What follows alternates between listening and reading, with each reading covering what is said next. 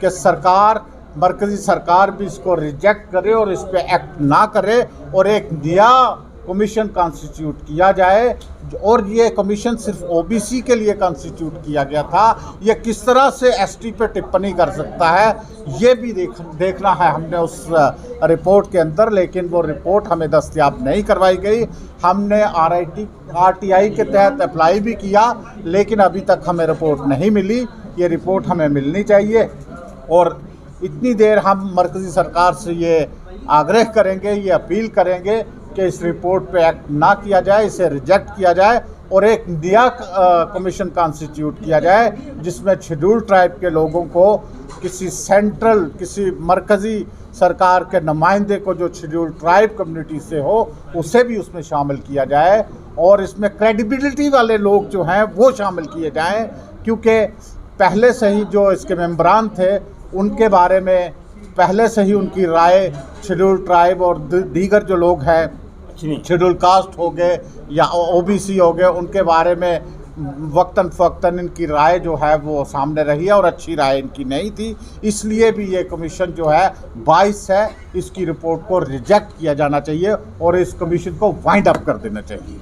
ये हमारी बात है। साथियों, आज की ये प्रेस कॉन्फ्रेंस यहाँ इसलिए बुलाई गई है कि जैसा कि आप जानते हैं 1991 में जब जम्मू कश्मीर के गुजर बकवालों गद्दी सिप्पियों को शेड्यूल ट्राइब दिया गया, तो उसके साथ ही एक कॉन्स्पिरेसी शुरू हुई थी जो सो कॉल्ड पहाड़ीज़ ने शुरू की थी कि हमें भी शेड्यूल ट्राइब दिया जाए।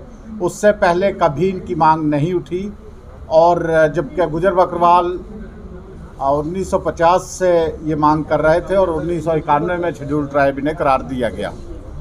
उसके बाद थोड़ी देर इन्होंने काफ़ी ववीला किया कि हमें शेड्यूल ट्राइब दिया जाए, लेकिन खामोश हो गए। अब जब पॉलिटिकल रिजर्वेशन गुजर बकरवालों को और दूसरे गद्दी सिप्पियों को यहाँ पे दी गई, यानी शेड्यूल ट्राइब को दी गई, तो फिर से ये मुद्दा उठाया गया और फिर से कॉन्स्पिरेसी को दोहराया जाने लगा है यहाँ पर। और एक कमीशन कॉन्स्टिट्यूट हुआ जस्टिस डी शर्मा की सरबराही में, तो उन्होंने कोई इंटरम रिपोर्ट जारी की है जो अभी पब्लिक डोमेन में नहीं है। हम चाहते हैं कि वो पब्लिक डोमेन में आए और लोगों के एतराज़ात के लिए, लोगों के ऑब्जेक्शंस के लिए उसे रखा जाए। लोग उस पर क्या कहते हैं, क्या टिप्पणी करते हैं, क्या अपना इज़हार करते हैं उस रिपोर्ट पे। लेकिन वो रिपोर्ट अभी इंटरम रिपोर्ट जो है वो पब्लिक नहीं की गई है। हम चाहते हैं कि वो पब्लिक डोमेन में लाई जाए और हमें दिखाया जाए क्या उसमें कहा गया है। अब मीडिया के ज़रिए ही हमें पता चलता है कि पहले जो पहाड़ी स्पीकिंग पीपल डिक्लेयर किया गया था और 4% रिजर्वेशन उन्हें दी गई थी सो कॉल्ड पहाड़ीज़ को, अब उसे वो हटा करके पहाड़ी स्पीकिंग पीपल हटा करके एक एथनिसिटी दी जा रही है, एक एथनिक ग्रुप डिक्लेयर किया जा रहा है जो कॉन्स्टिट्यूशनली बिल्कुल गलत है, आईनी लिहाज से बिल्कुल गलत है। किसी को भी एथनिक ग्रुप डिक्लेयर करने के लिए बहुत से ट्रेड्स देखे जाते हैं, बहुत से रस्म व रवाज देखे जाते हैं, खाना पीना देखा जाता है, लाइफस्टाइल देखा जाता है। तो ऐसा कुछ नहीं।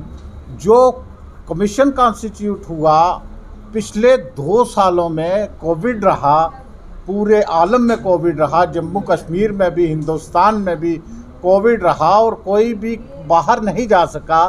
किस तरह से इस कमीशन ने क्या स्टडी की है, क्या लोगों के व्यूज़ लिए हैं, किन लोगों में ये कमीशन गया है, कोई चीज़ भी सामने नहीं है। तो ये रिपोर्ट बिल्कुल सरासर गलत, झूठी, बेबुनियाद है, जिसे हम सिरे से ही रिजेक्ट करते हैं और हम